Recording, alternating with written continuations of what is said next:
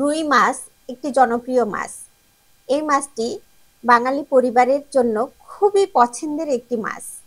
আর এই মাছটিকে যদি আমার এই রেসিপির মতো রান্না করা যায় তাহলে স্বাদ হয়ে উঠবে আরো অতুলনীয়।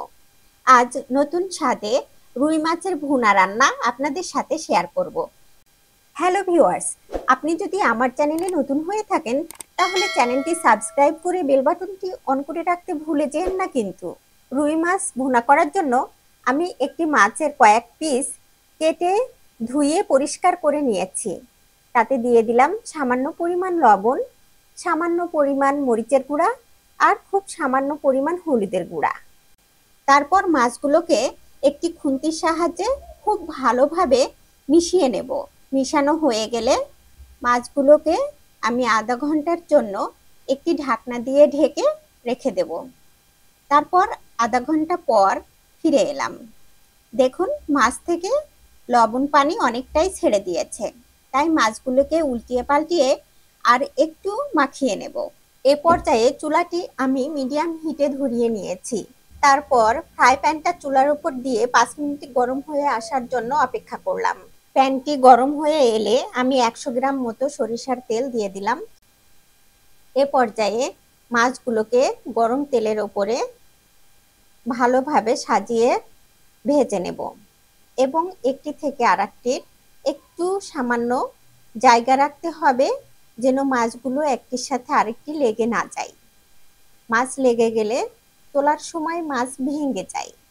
এক পিঠ মাছ ভাজা হয়ে গেলে খুব আলতো হাতে উল্টিয়ে দেব আর এক পিঠ ভাজার জন্য। এ সময়ে মাছ অবশ্যই হালকা করে ভাজতে হবে। অতিরিক্ত ভাজলে মাছ শক্ত হয়ে যায়, সেটি খেতে মোটেই মজা লাগে না। মাছগুলো সম্পূর্ণভাবে ভাজা কমপ্লিট। এবার আমি একটি একটি করে মাছগুলো উঠিয়ে নেব। আমি যে বলটিতে মাছগুলো মেরিনেট করে রেখে দিয়েছিলাম ওই বলটিতেই ভাজা মাছগুলো উঠিয়ে নেব। এ পর্যায়ে মাছ ভাজির গরম তেলে আমি 1 কাপ পরিমাণ পেঁয়াজ কুচি দিয়ে দিলাম। তারপর পেঁয়াজটিকে ততক্ষণ পর্যন্ত একটু নাড়বো যতক্ষণ না পেঁয়াজগুলো হালকা নরম হয়ে আসে। পেঁয়াজগুলো নরম হয়ে আসতে 1 থেকে 2 মিনিট লাগে। এ পর্যায়ে দিয়ে দেব 1 চা চামচ পরিমাণ রসুন বাটা আর হাফ চা চামচ পরিমাণ আদা বাটা। তারপরে একটু সামান্য পরিমাণ নেড়েচেড়ে দিয়ে দেব 2 চামচ পরিমাণ গরম পানি। তারপর অ্যাড করব হাফ চা চামচ পরিমাণ হলুদের গুঁড়া, হাফ চা চামচ পরিমাণ মরিচের গুঁড়া, হাফ চা চামচ পরিমাণ ধনিয়ার গুঁড়া, হাফ চা চামচ পরিমাণ জিরার গুঁড়া আর দিয়ে দেব হাফ চা চামচ পরিমাণ লবণ। তবে লবণ দেওয়ার সময় অবশ্যই মনে রাখবেন যে মাছ মেরিনেট করার সময় সামান্য একটু লবণ দেয়া হয়েছিল, তাই দুইটা মিলেই স্বাদমতো লবণ দিতে হবে। মাছের ঝোলটি একটু ঘন করার জন্য দিয়ে দেব 2.5 টেবিল চামচ পরিমাণ পেঁয়াজ বাটা। এভাবে পেঁয়াজ বাটা দিলে মাছের ঝোলটি খুব সুন্দর ঘন হয় আর খেতেও অনেক মজা হয়। এ পর্যায়ে এই মাছের মশলাগুলোকে খুব ভালোভাবে ভুনে নেব, অর্থাৎ কষিয়ে নেব। ততক্ষণ পর্যন্ত কষাবো যতক্ষণ না এই মশলা থেকে তেল ছেড়ে আসে। একটু খেয়াল করে দেখুন মশলা থেকে তেল ছেড়ে দিয়েছে। এ পর্যায়ে ভাজা মাছগুলোকে একে একে আলতো হাতে দিয়ে দেব যেন ভেঙে না যায়। তারপর যে পাত্রটাতে মাছগুলো রেখেছিলাম ওই পাত্রটাতে সামান্য পরিমাণ অর্থাৎ 50 গ্রাম পরিমাণ পানি দিয়ে ধুয়ে মাছের মধ্যে দিয়ে এই মাছটাকে একটু উল্টিয়ে কষিয়ে নেব।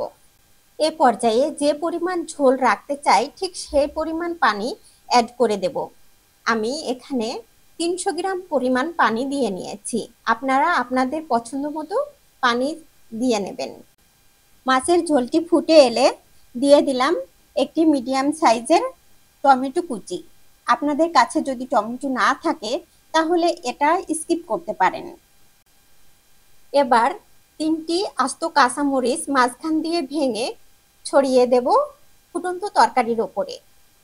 এ পর্যায়ে ঠিক 5 মিনিট মতো একটি ঢাকনা দিয়ে মাছটিকে ঢেকে রাখবো যেন খুব সুন্দরভাবে মাছটি সেদ্ধ হয়ে যায়। 5 মিনিট পর মাছ দেখুন কি সুন্দর হয়ে গেছে। এ পর্যায়ে হাফ চা চামচ পরিমাণ কালা জিরার গুঁড়া ছড়িয়ে দেব ওপর দিয়ে, আর চুলাটা নিভিয়ে দিয়ে ঠিক 5 মিনিটের মতো গরম চুলার ওপরে রেখে দেব। গরম চুলার ওপরে রেখে দিলে ওপর থেকে তেল গড়িয়ে আসে, তরকারির কালারটাও অনেক সুন্দর হয়ে যায়। দেখুন তরকারিটা দেখতে কত সুন্দর হয়েছে। এ পর্যায়ে রান্নাটি সম্পূর্ণভাবে কমপ্লিট। একটি ডিশে মাছগুলোকে খুব ভালো করে পরিবেশন করে নেব। এভাবে মাছের ভুনা করে আপনার খাবার টেবিলের খাবারের স্বাদ অনেক গুণ বাড়িয়ে নিতে পারেন। হ্যালো ভিউয়ার্স, ভিডিওটি লাইক কমেন্টস করে আপনার প্রিয়জনের সাথে শেয়ার করতে ভুলেন না। আর আপনি যদি চ্যানেলে নতুন হয়ে থাকেন তাহলে অবশ্যই একটি সাবস্ক্রাইব করবেন।